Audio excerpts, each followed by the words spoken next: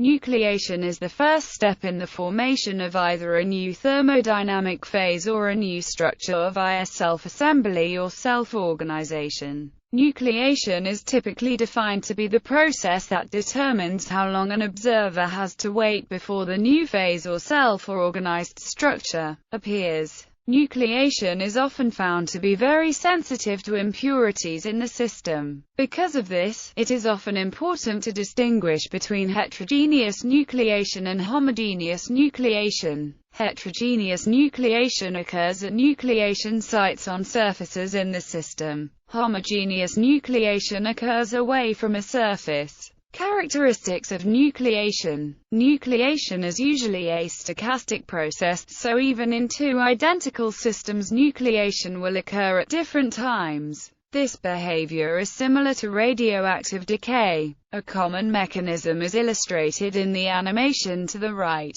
This shows nucleation of a new phase in an existing phase. In the existing phase, microscopic fluctuations of the red phase appear and decay continuously, until an unusually large fluctuation of the new red phase is so large it is more favorable for it to grow than to shrink back to nothing. This nucleus of the red phase then grows and converts the system to this phase. The standard theory that describes this behavior for the nucleation of a new thermodynamic phase is called classical nucleation theory. For nucleation of a new thermodynamic phase, such as the formation of ice in water below 0 C, if the system is not evolving with time and nucleation occurs in one step, then the probability that nucleation has not occurred should undergo exponential decay as seen in radioactive decay. This is seen for example in the nucleation of ice in supercooled small water droplets. The decay rate of the exponential gives the nucleation rate. There is a widely used approximate theory for estimating these rates, and how they vary with variables such as temperature. This is classical nucleation theory. It correctly predicts that the time you have to wait for nucleation decreases extremely rapidly when supersaturated. It is not just new phases such as liquids and crystals that form via nucleation followed by growth. The self-assembly process that forms objects like the amyloid aggregates associated with Alzheimer's disease also starts with nucleation. Energy-consuming self-organizing systems such as the microtubules in cells also show nucleation and growth. Examples: clouds form when wet air cools and many small water droplets nucleate from the supersaturated air. The amount of water vapor that air can carry decreases with lower temperatures.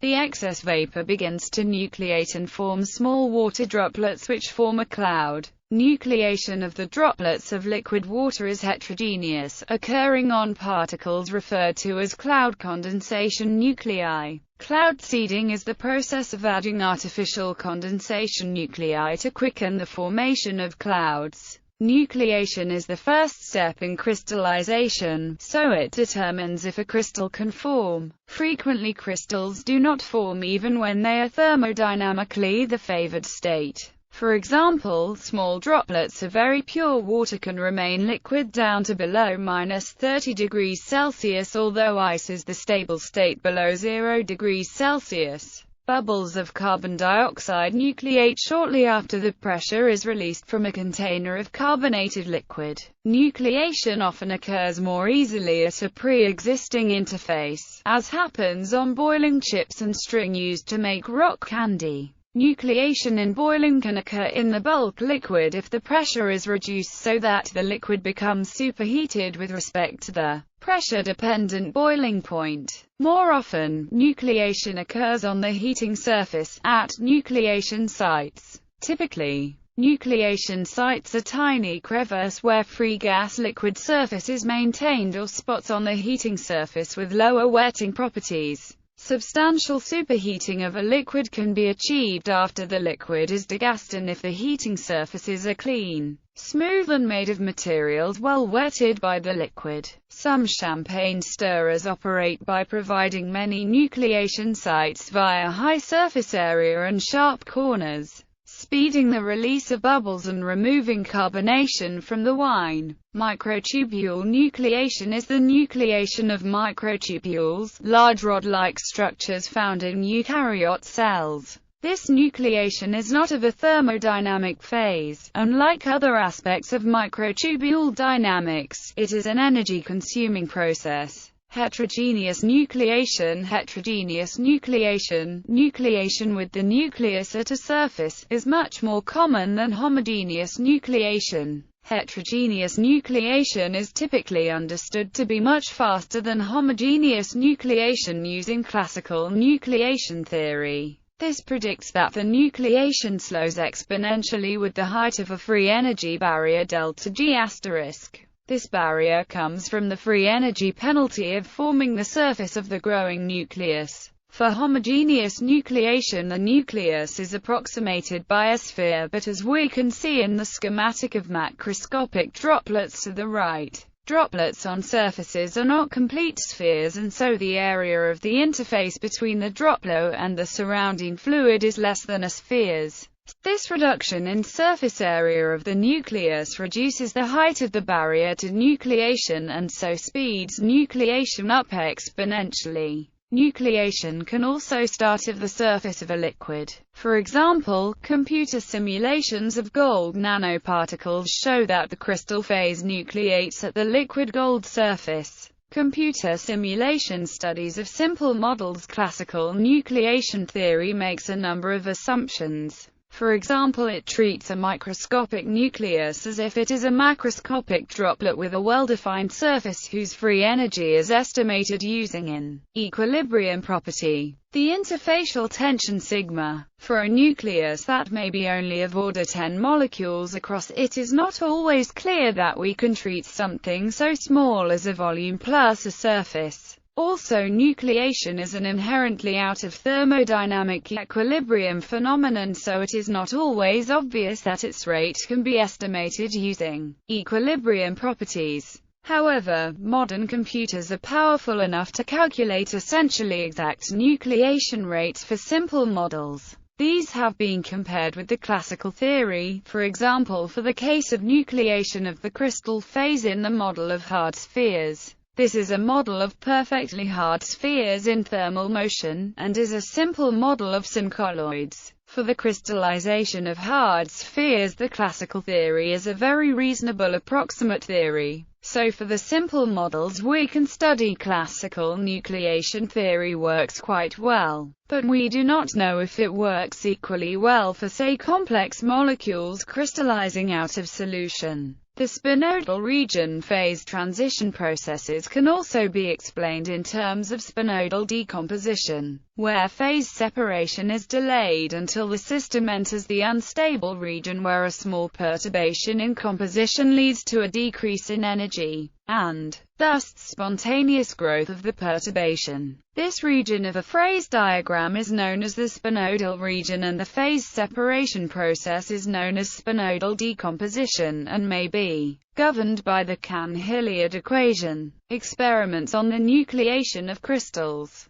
It is typically difficult to experimentally study nucleation. The nucleus is extremely microscopic and thus too small to be directly observed. In large liquid volumes there are typically multiple nucleation events, and it is difficult to disentangle the effects of nucleation from those of growth of the nucleated phase. These problems can be overcome by working with small droplets. As nucleation is stochastic, many droplets are needed so that statistics for the nucleation events can be obtained. To the right is shown an example set of nucleation data. It is for the nucleation at constant temperature and hence supersaturation of the crystal phase in small droplets of supercooled liquid tin. This is the work of Pound and Lamer. Nucleation occurs in different droplets at different times. Hence the fraction is not a simple step function that drops sharply from 1 to 0 at one particular time. The red curve is a fit of a Gompertz function to the data. This is a simplified version of the model Pound and Lamer used to model their data.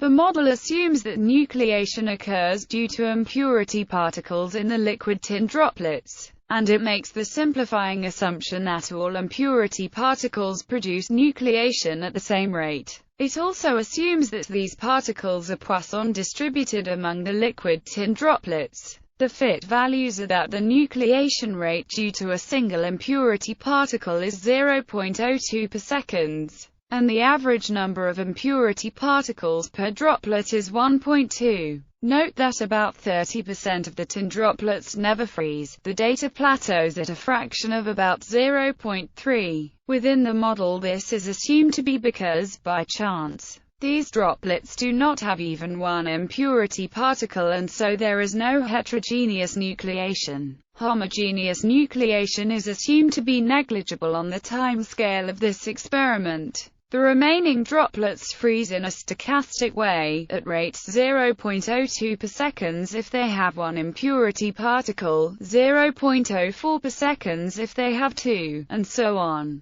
This data is just one example, but it does illustrate common features of the nucleation of crystals in that there is clear evidence for heterogeneous nucleation, and that nucleation is clearly stochastic. Modern technology. Nucleation is a topic of wide interest in many scientific studies and technological processes. It is used heavily in the chemical industry for cases such as in the preparation of metallic ultra-disperse powders that can serve as catalysts. For example, platinum deposited onto TO2 nanoparticles catalyses the liberation of hydrogen from water. It is an important factor in the semiconductor industry, as the gap width in semiconductors is influenced by the size of metal nanoclusters. As another example, understanding calcium carbonate nucleation could help scientists control its formation to keep carbon dioxide from getting into the atmosphere. Instruments such as the bubble chamber and the cloud chamber rely on nucleation.